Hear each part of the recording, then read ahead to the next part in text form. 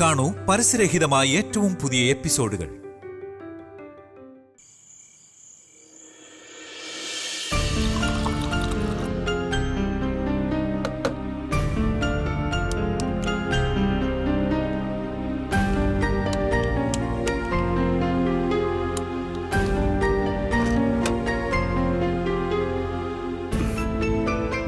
കഴിക്ക്.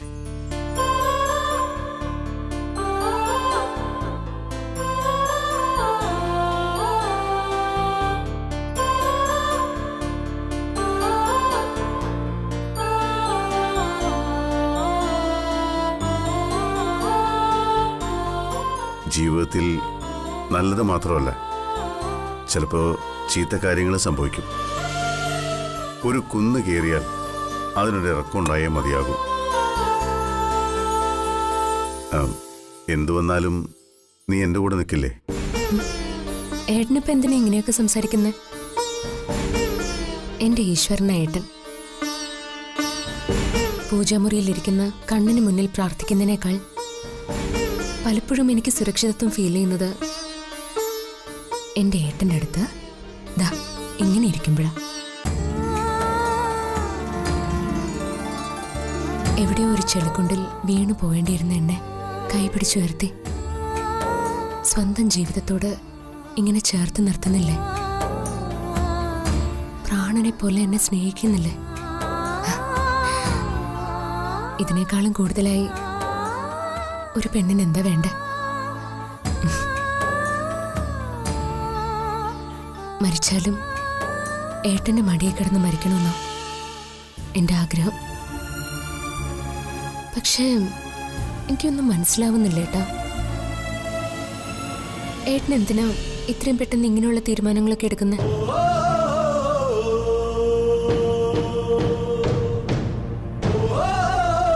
പറയട്ടാ, എന്നോട് സത്യസന്ധമായിട്ട് പറയണം. അതുകൊണ്ടാണോ ഏട്ടൻ ഇങ്ങനൊരു തീരുമാനം എടുത്തേ? കാലത്തിന് മനുഷ്യനോട് വലിയ പരിഗണനയൊന്നുമില്ല.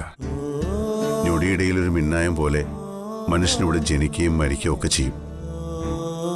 പക്ഷേ അതിനിടയിൽ നമ്മൾ ചെയ്യാനുള്ളത് ചെയ്യണം.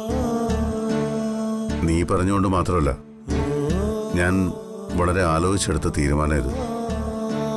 അവർക്കൊക്കെ സ്വന്തമായി ബിസിനസ് തുടങ്ങണം, വീടുകളുണ്ടാവണം. കുടുംബ വസ്തുക്കളിൽ അവർക്ക് അവകാശപ്പെട്ടതൊക്കെ അവരുടെ പേരിൽ എഴുതി വെക്കാൻ ഞാൻ അമ്മയോട് പറഞ്ഞിട്ടുണ്ട്.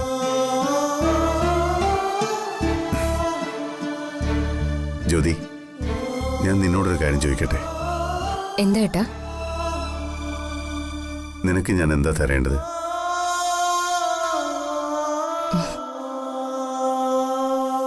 പറ. എനിക്കൊന്നും വേണ്ട. ഏട്ടന്റെ തോളിൽ ഇങ്ങനെ ജീവിതകാലം മുഴുവൻ തല ചായ്ച്ചിരിക്കാനുള്ളൊരു ഭാഗ്യം തന്നാൽ മാത്രം മതി എനിക്ക്. മറ്റൊന്നും ഈ ജന്മത്തെനിക്ക് വേണ്ട.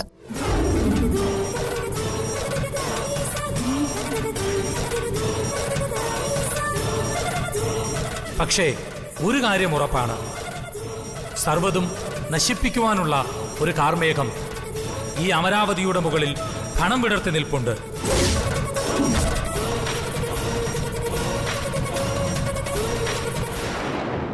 ജ്യോതി,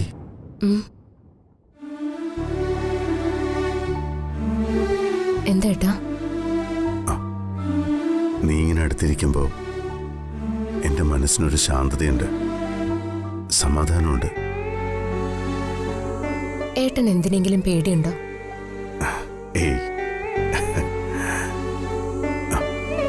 ഏട്ടാ, ആ MP വിഘ്നേശ്വരനെയോ അതോ അവിനേഷിന്റെ തിരിച്ചുവരവോ? ഏയ്, അതൊന്നുമല്ല. നിനക്കതൊക്കെ വെറുതെ തോന്നുന്ന. ഈ ഞാനിങ്ങനെ ആരുടെയെങ്കിലും മുന്നിൽ പേടിച്ച് നിൽക്കുമെന്ന് നിനക്ക് തോന്നുന്നുണ്ടോ? ആരുടെ ഭീഷണിക്ക് മുമ്പിലും ഇന്ന് വരെയും മുട്ടുമടക്കിയിട്ടില്ല, തല താഴ്ത്തിയിട്ടില്ല, നിവർന്ന് നിന്നിട്ടേ ഉള്ളൂ എന്നും. ആ ഞാൻ ഇവരെ പേടിക്കാനോ? ഒരിക്കലുമില്ല.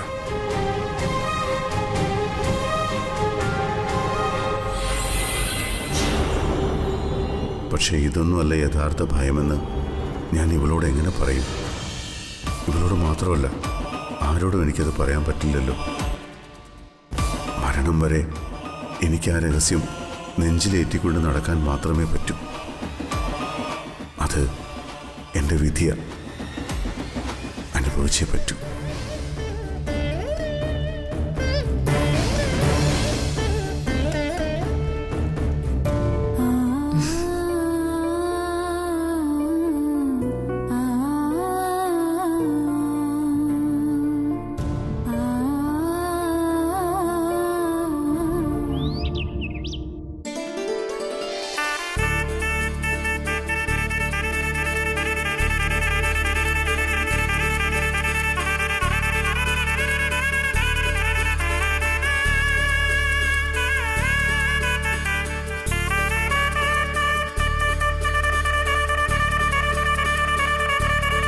എന്നാ പിന്നെ ആ ചിലത് ഇവർക്ക് കുടിക്കാൻ എന്തായാലും കൊടുക്ക്. വാ മോളെ, ചെല്ലും. വാ. ഇരിക്കെ.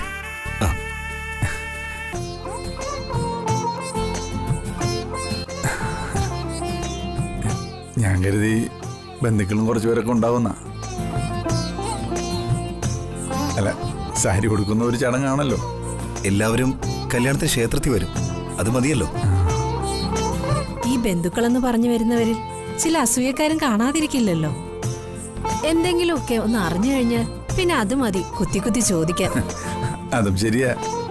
അല്ലെങ്കിലും പഴയ കാലത്തെ ഈ ആചാരങ്ങളൊക്കെ അവസാനിപ്പിക്കേണ്ട കാലം കഴിഞ്ഞു. രണ്ട് കുടുംബങ്ങൾ തമ്മിൽ ചേരുക, അതിന് ബന്ധുക്കൾ സാക്ഷ്യം വഹിക്കുക, ആ ബന്ധുക്കളുടെ സമ്മതവും അനുഗ്രഹവും വാങ്ങിക്കുക, ഇതൊക്കെയായിരുന്നു അന്നത്തെ ഈ ചടങ്ങുകൾ കൊണ്ട് ഉദ്ദേശിച്ചിരുന്നത്. ആ കുടി. ഇപ്പൊ അതൊക്കെ മാറിയില്ലേ? ചെക്കനും പെണ്ണിനും ഇഷ്ടപ്പെട്ടാ തീർന്നു. ബന്ധുക്കൾക്കൊന്നും ഒരു സ്ഥാനവുമില്ല. ബന്ധുക്കള് പോട്ടെ, ഇപ്പൊ സ്വന്തം അച്ഛനമ്മമാര് പോലും വേണ്ടാതായിട്ടുണ്ട്. എനിക്കാകെ ഉള്ളത് എന്റെ ചേച്ചിയാ. ചേച്ചിയുടെ അനുഗ്രഹവും സമ്മതവും മാത്രം മതി എനിക്ക്. പിന്നെ പ്രിയയുടെ ആഗ്രഹം അത് തന്നെയാണല്ലോ. അതാ കൂടുതൽ സന്തോഷം. എന്റെ മാനസികാവസ്ഥ മനസ്സിലാക്കിയല്ലോ, അതിൽ സന്തോഷം.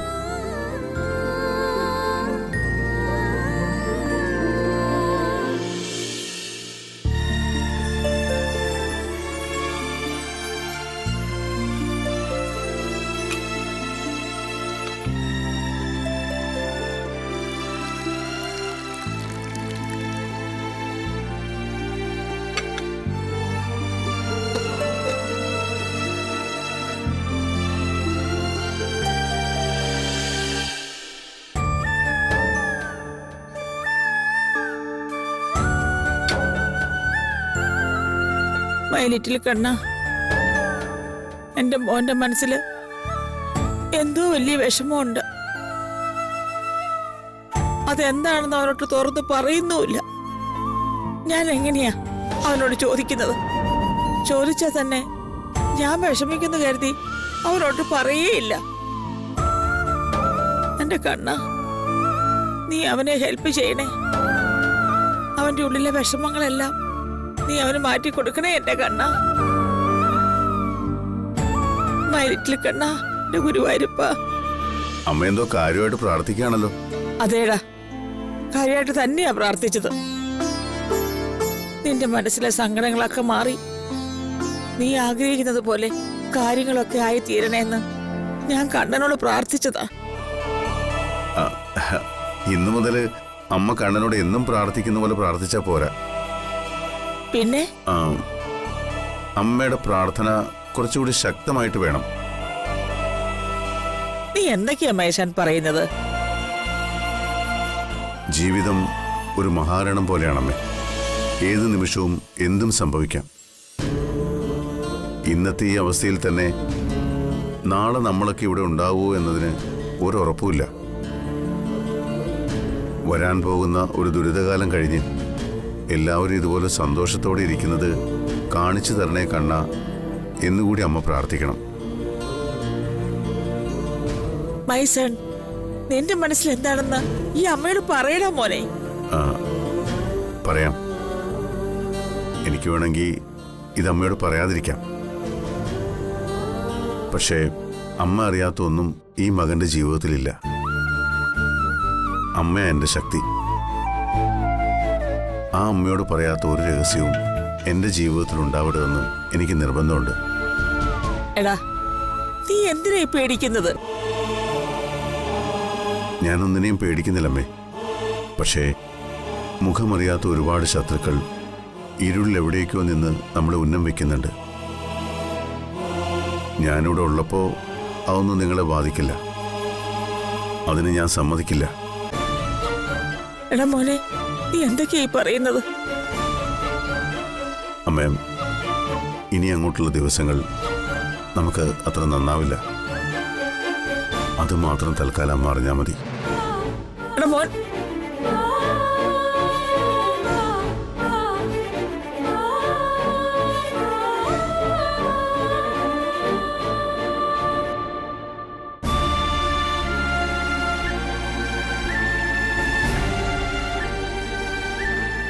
ഡി കെ, ഞങ്ങൾക്ക് ഡി കെയോട് ഒരു കാര്യം പറയാനുണ്ട്. പറഞ്ഞോളൂ. ഞങ്ങളുടെ പേരിലേക്ക് ഡി കെ ഇപ്പോൾ ഒരു സ്വത്ത് മാറ്റി തരരുത്. തൽക്കാലം ഞങ്ങൾ അതൊന്നും ആഗ്രഹിക്കുന്നില്ല. ഡി കെയേക്കാൾ വലിയ സ്വത്ത് ഞങ്ങൾക്ക് വേറെ എന്താ ഉള്ളത്? ഡി കെ ആരെയാ പേടിക്കുന്നത്? ഒന്നിനും പേടിക്കേണ്ട കാര്യമില്ല. ഡി കെക്ക് ഇടവും വലവും ഒരു സൈന്യം പോലെ ഞങ്ങൾ 3 മക്കളും ഉണ്ടാവും. പോരെ? ഒരാളും ഡി കെക്ക് നേരെ വരാൻ ഞങ്ങൾ സമ്മതിക്കില്ല.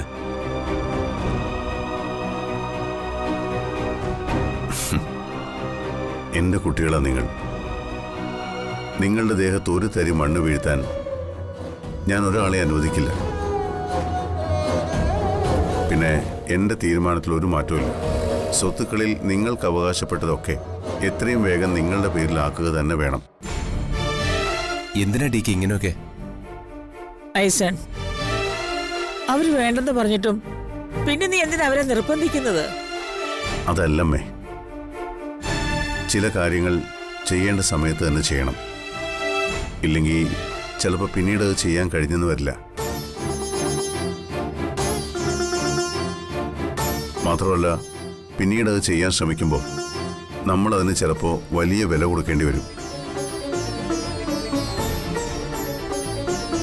കാലം ആർക്കു വേണ്ടിയും കാത്തു നിൽക്കാറില്ലെന്ന് പറഞ്ഞു കേട്ടിട്ടില്ലേ? അതുപോലെയാ മനുഷ്യൻ്റെ ജീവിതത്തിലെ ഓരോ ഘട്ടവും. അതൊന്നും ആർക്കു വേണ്ടിയും കാത്തു നിൽക്കില്ല.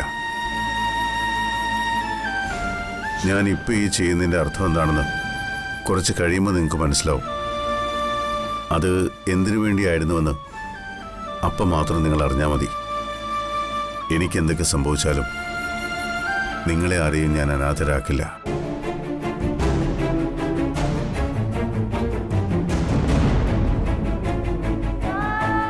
നിങ്ങൾ അനുഭവിക്കുന്ന ഈ സന്തോഷവും സമ്പത്തും എല്ലാം എന്നും നിങ്ങൾക്കുണ്ടാവും. ഡി കെ, ഞങ്ങൾ പറയുന്ന ദയവായിട്ടൊന്ന് കേക്ക്.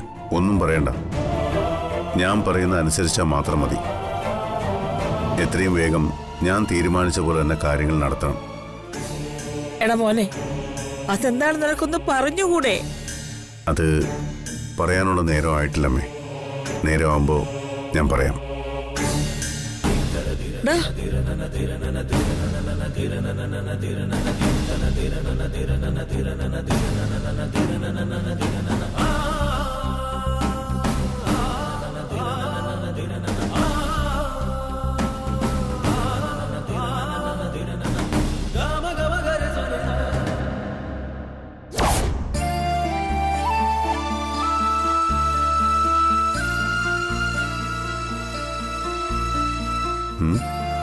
അമ്മേ, ആ ഞങ്ങൾ സരോവരത്തിലേക്ക് പോവാ. Very good. അവിടെ പ്രത്യേകിച്ച് ചടങ്ങുകളൊന്നും ഇല്ലല്ലോ അല്ലേ? ഇല്ല. നാളെ ഞങ്ങൾ ക്ഷേത്രത്തിൽ എത്തിക്കോളാം. അമ്മയ്ക്കും കൂടി വരായിരുന്നു. വരുന്നതിന് മടിയുണ്ടായിട്ടല്ല പേട്ടി.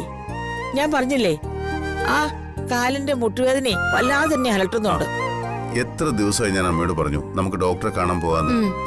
അതെങ്ങനെയാ? ഇങ്ങനെ എന്തെങ്കിലും കാര്യം വരുമ്പോഴല്ലേ പറയുള്ളൂ മുട്ടുവേദന ഉണ്ടെന്ന്, അല്ലാതെ പറയില്ലല്ലോ.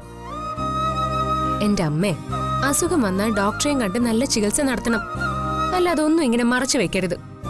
അതൊന്നും സാരമില്ല പേട്ടി. നിങ്ങൾ പോയി അവിടുത്തെ കാര്യങ്ങളൊക്കെ നന്നായി നോക്ക്. കല്യാണത്തിന് തൊട്ടു മുമ്പ് ഞാൻ കുട്ടികളുടെ കൂടെ ക്ഷേത്രത്തിൽ എത്തിക്കോളാം. അത് മതി. അതാ നല്ലത്. ജ്യോതി, നമുക്കിറങ്ങാം. ആ എന്നാ ഇറങ്ങട്ടെ അമ്മേ. ആ അതെ, മുട്ടുവേദനയായിട്ട് അങ്ങോട്ടും ഇങ്ങോട്ടും നടക്കാനൊന്നും നിൽക്കണ്ട. എവിടെയെങ്കിലും ഒരു സ്ഥലത്തിരുന്ന് റെസ്റ്റ് എടുക്കണം. മനസ്സിലായോ? ഓർഡറാണോ? ആണെങ്കിൽ ദേ എന്നോട് ആരുവേ ഓർഡർ ഇടാറില്ല. എന്റെ ഓർഡർ ഞാൻ തന്നെ അങ്ങ് ഇടും. എന്നിട്ട് ഞാൻ തന്നെ അങ്ങോട്ട് അങ്ങ് അനുസരിക്കും. ഓ ഈ അമ്മയുടെ ഒരു കാര്യം. ഞങ്ങൾ ഇറങ്ങട്ടെ അമ്മ. വാ. ഓ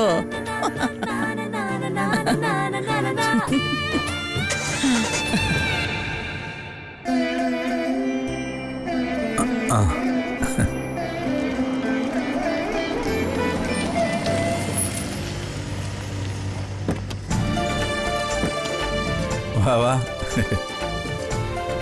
വാ. ഒരുക്കങ്ങളൊക്കെ ആയില്ലേ? ആ എല്ലാതിന്റെ വഴിക്ക് നടക്കുന്നു. ആ ആ. ആ. ആരേട്ടാ? ആ. ഓഫീസിൽ നിന്നാ. ഞാനൊന്ന് സംസാരിക്കട്ടെ. നിങ്ങൾ അകത്തേക്കല്ലേ? വാ മോളെ.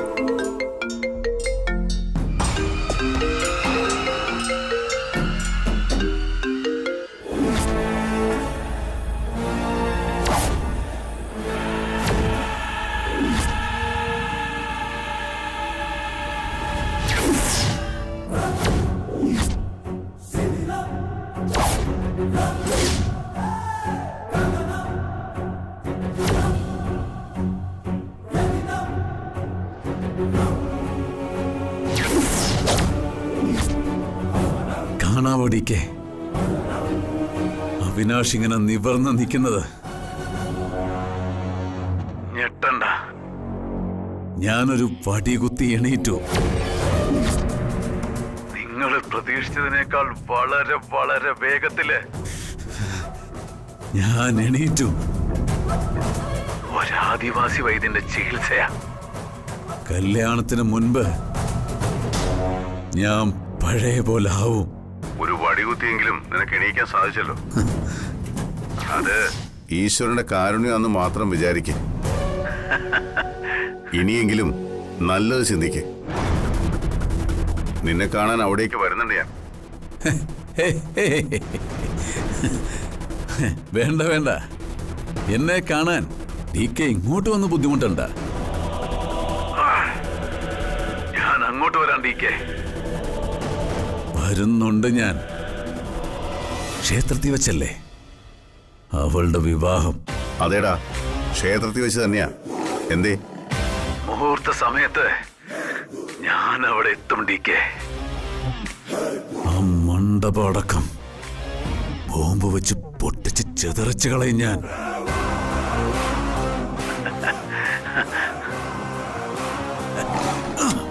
പേടിച്ചു പോയോ? ബോംബെന്ന് കേട്ടാ DKക്ക് പേടിയാണോ? നാളെ കലാശക്കളിയാണോ DK? അത് താണ്ടാൻ എനിക്കാവില്ല. ഞാൻ വരും. പ്രിയയുടെയും ജയപ്രകാശിന്റെയും കല്യാണം കാണാൻ ഞാൻ വരും DK. എന്റെ പെണ്ണിനെ നിങ്ങൾ മറ്റൊരാൾക്ക് കല്യാണം കഴിച്ചു കൊടുക്കുന്നത് കാണാൻ ഞാൻ വരുമെന്ന് മനസ്സിലായോ? ഇപ്പൊ എനിക്ക് തോന്നുന്നു അവിനാശേ, നിനക്ക് തന്ന ശിക്ഷ കുറഞ്ഞു പോയിന്ന്. അതെ DK. അവിടെ വെച്ച് നീ എന്നെ കൊല്ലണമായിരുന്നു.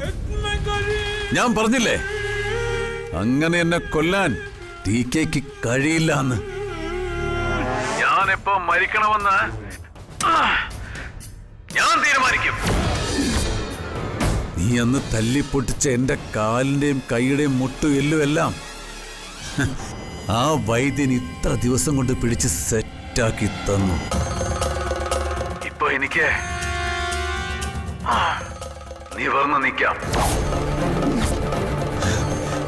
അതുകൊണ്ടാ ഞാൻ പറയുന്നത്, ഞാൻ വരുമെന്ന്.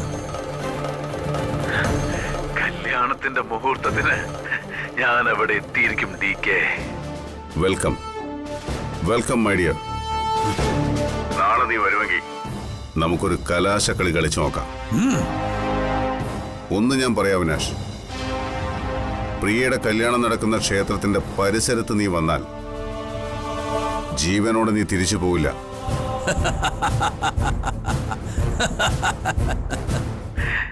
എന്നെ കൊന്നുകളയുമെന്ന്.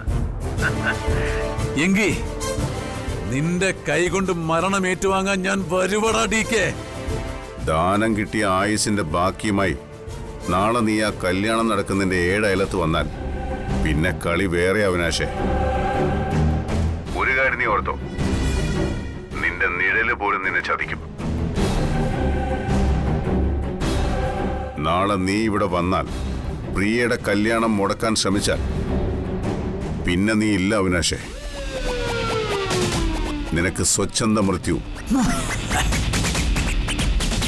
ഇത് പറയുന്നത് DK യാടാ.